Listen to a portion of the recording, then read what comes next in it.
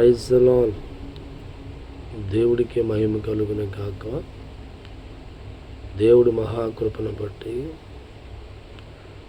వేకుజామ ఉదయకాల వేకుజామ అనే కార్యక్రమం ద్వారా ప్రతిరోజు మిమ్మల్ని దర్శించడానికి దేవుడు మాకు ఇచ్చిన ఈ అవకాశాన్ని బట్టి ఎంతగానో ప్రభును స్తుతిస్తూ ఉన్నాం.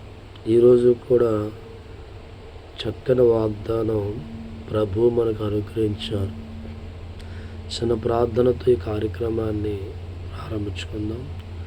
పరిశుద్ధుడా, ప్రేమ కలిగిన తండ్రి, వేకుజామన్న అనే కార్యక్రమం ద్వారా ప్రతి ఉదయము బిడ్డలు దర్శిస్తున్న విధానం బట్టి వందనాలు.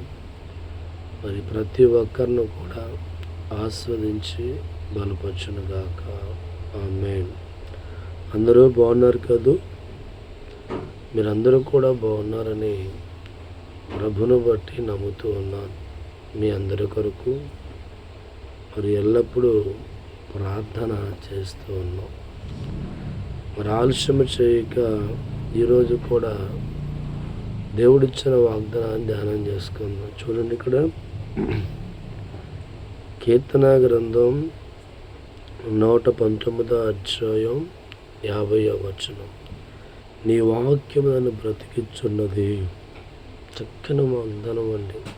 నిజమే, లోకంలో ఉన్న మనుషుల మాట మనిషిని చంపే అంత ఆయుధంగా ఉంటుంది. మనిషి మాట ఎప్పుడూ కూడా బ్రతకడానికి పలికే మాటలు ఉండవు. దేవుడి మాట ఎప్పుడూ కూడా మనిషి జీవితాన్ని బ్రతికిస్తుంది. దేవుడు ఎప్పుడూ కూడా పెరిగితనంతో కూడుకున్న మాటలు చెప్పరు, అధైర్యంతో కూడుకున్న మాటలు చెప్పరు. మరి దేవుడు మాట ఎప్పుడూ కూడా ఆ వాక్యం ఏం చేస్తుందంట? బ్రతికిస్తుంది. ఎంతో చక్కగా దావీదు గారు తన మనస్సులో, తన జీవితంలో దేవుడు మాటను బట్టి ఎంతగా ధైర్యం చెందుకున్నాడో, ఆ హృదయ విధానం బట్టి పలికిన మాట, నీ వాక్యం నన్ను బ్రతికించుచున్నది. ఎస్, దేవుడి మాట ఎప్పుడూ కూడా మానవ జీవితాన్ని బ్రతికించేది. ఈ లోకంలో కలుగునగాక అంటే ప్రపంచాన్ని కలిగించిన దేవుడు, కలుగునగాక అంటే భూమిని కలిగించిన దేవుడు. ఒకప్పుడు ఈ లోకం శూన్యంగా ఉండేది. భూమి, ఆకాశములు, నక్షత్రాలు ఇవేవి కూడా మానవుడికి బ్రతకడానికి, మానవుడి ఈ లోకములో నివసించడానికి కావలసిన ఏది కూడా మరి లేని సందర్భంలో దేవుడు వాక్కు మరి సృష్టి ఏర్పరిచింది. మానవుడికి కావలసిన ప్రతి వాక్కు అనగా భూమి కలుగునగాక, ఆకాశము కలుగునగాక, పంచభూతాలు కలుగునగాక, జీవవృక్షాలు కలుగునగాక అని మరి దేవుడు పలికిన వాక్యే ఈరోజు ప్రపంచం ఏర్పడింది. మానవుడు జీవించడానికి కావలసిన ప్రతి దాన్ని కూడా దేవుడు నోట ఉన్న మాట విడుదల చేసి ఎంత అందమైన ప్రకృతిని, అందమైన ప్రపంచాన్ని మానవుడు బ్రతకడానికి కావలసిన ప్రతి ఒక్క మరి కార్యక్రమాన్ని దేవుడు జరిగించి ఉన్నారు. సోదరా, దేవుడు వాక్యం నీ గుండెల్లో పెట్టుకుంటే ఎంతో ధైర్యవంతుడిగా మారిపోతాం. మనుషుల మాటలు గుండెలో పెట్టుకుంటే మనం పిరికివారిగా, ఈ లోకాల్లో ఇబ్బంది కలిగిన వారిగా మారిపోతాం. కానీ దేవుడు మాట మన గుండెల్లో పెట్టుకున్నప్పుడు ఆ మాట మన జీవితంలో ధైర్యం కలిగిస్తుంది. చాలామంది జీవితాల్లో మనుషుల మాటలన్నీ గుండెల్లో ఉంటాయండి. అందుకే వారు ప్రతిరోజు కూడా కృంగిపోతున్న వారిగా కనబడుతూ ఉంటారు. దేవుడు వాక్యము మన జీవితంలో ఉన్నప్పుడు, దేవుడు వాక్యం మన గుండెల్లో దాచుకున్నప్పుడు, ఆ వాక్యం మరి మన జీవితాన్ని ఎంతగానో అభివృద్ధిపరిచేదిగా మరి మనకు కనబడుతూ ఉంది. సోదరా, నీ వాక్యం నన్ను బ్రతికిస్తుందన్న మాట ఎంతో సత్యమైనది. ఒక దినాన ఒక యజమానికి ఒక కొడుకు ఉంటాడు. చాలా కాలం నుంచి రోగంతో బాధపడుతూ ఉంటాడు. ఎన్ని మందులు వేసుకున్నా, ఎంతగా చేసిన దైవజన్మ చివరికి విపరీతమైన జబ్బు చేత, విపరీతమైన అనారోగ్యం చేత చివరి స్టేజ్లో తన కుమారుడు ఉంటాడు.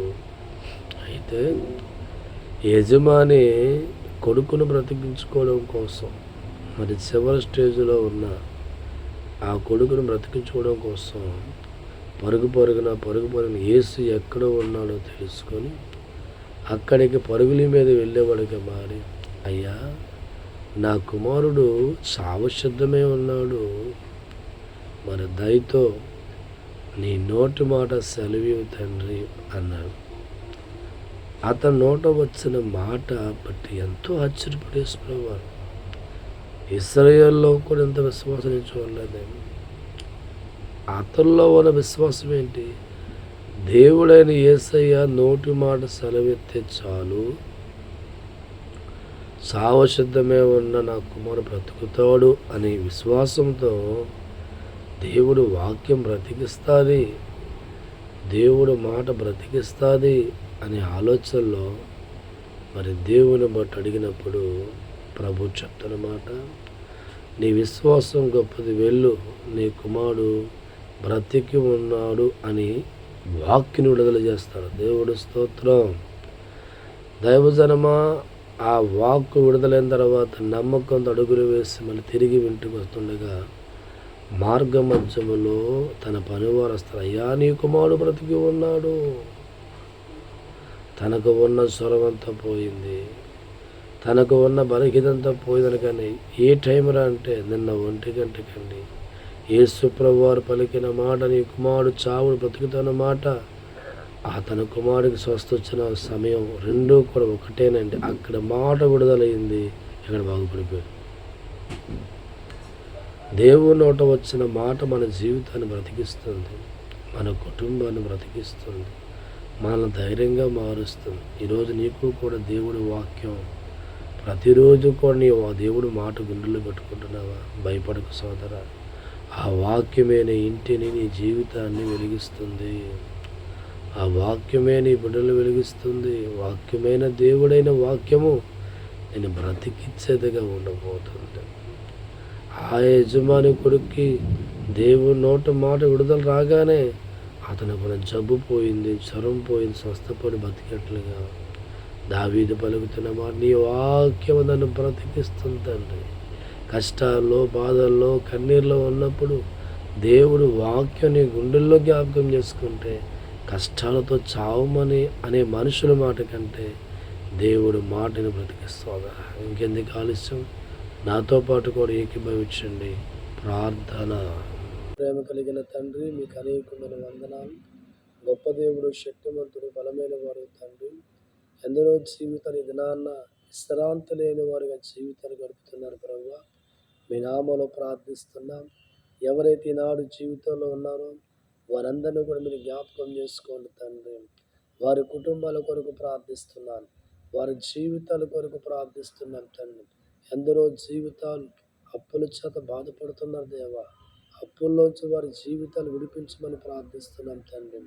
ఎందరో జీవితాలు ప్రభువా వారి కుటుంబ సమస్యల చేత, ఇబ్బందుల చేత, ఆటంకాల చేత బాధపడుతున్నారు తండ్రి. వారందరి కొరకు ప్రార్థిస్తున్నాను తండ్రి. ప్రతి ఆటంకాలు దూరపరచండి. అలాగే ప్రభువా, అనారోగ్యాలతో బాధపడే వరకు ప్రార్థిస్తున్నాం తండ్రి. అనారోగ్యంలోంచి వారి విడుదల కలిగి చేయండి ప్రభువా. పిల్లలు లేక బాధపడుతున్న వారు ఉన్నారు తండ్రి. 10-20 సంవత్సరాల పిల్లలు ఉన్నారు. వారందరికీ చక్కని సంతానం దయచేయండి ప్రభువా. చదువుకునే బిడ్డలు ఉన్నారు ప్రభువా, చక్కని చదువుల వరకు సహాయం దయచేయండి. అలాగే ప్రభువా, చదువు పూర్తయి మరి ముందుకెళ్ళిన బిడ్డలు ఉన్నారు తండ్రి.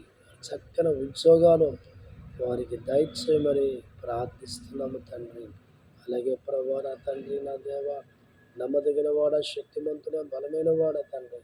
వివాహం కాని వారు ప్రార్థిస్తున్నా, వివాహం జరిగించండి తండ్రి. అయినా ఇతర దేశాల్లో మరి కూలి పని చేసుకుంటూ బ్రతుకు తెరువుకు ఇల్లు వరకు నా తండ్రి, అటువంటి వారికి సహాయం చేయండి. వ్యవసాయం చేసేవారిని ఆస్వాదించండి. పాడి పంట మీద ఆధారపడిన వారికి ఆస్వాదించండి. చిన్న చిన్న ఉద్యోగాలు, చిన్న చిన్న వ్యాపారాలు చేసుకునే వారికి కూడా నీ సహాయం దయచేయమని ప్రార్థిస్తున్నాం తండ్రి. ఈ రీతిగా నాయన ఈ తెల్లవారుజామున ఎవరు ఏ పని ప్రారంభిస్తున్నారో, ఏ పనుల్లో ముందుకెళ్తున్నారో మరి ప్రతి ఒక్కరికి పక్షాన ప్రభావ నీ సహాయం అందించమని ప్రార్థిస్తున్నాం తండ్రి. దేవుడి కృప వారికి అనుగ్రహించమని ప్రార్థిస్తున్నాం. నీ సన్నిధి వారికి తోడుగా ఉంచండి తండ్రి. ఈ ఉదయకాల ప్రతి కుటుంబం దర్శించండి, ప్రతి ఒక్కరు ధైర్యపరచండి. నీ సహాయం ఎల్లప్పుడూ ఉంచమని ప్రభువు నామములో ప్రార్థిస్తున్నాం తండ్రి. ఆమేన్. God bless all of you. మీ అందరి కొరకు ప్రతి దినము దేవుడు ఆత్మచేత ప్రార్థన చేయడం జరుగుతుంది.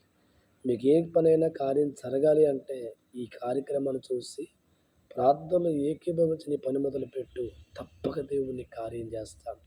మా యొక్క యూట్యూబ్ ఛానల్ వైఎస్జే ప్రేయర్ మినిస్ట్రీ తప్పక సబ్స్క్రైబ్ చేసుకోండి, షేర్ చేయండి, లైక్ చేయండి.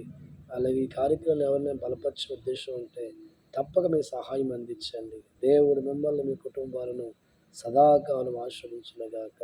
God bless you all of you.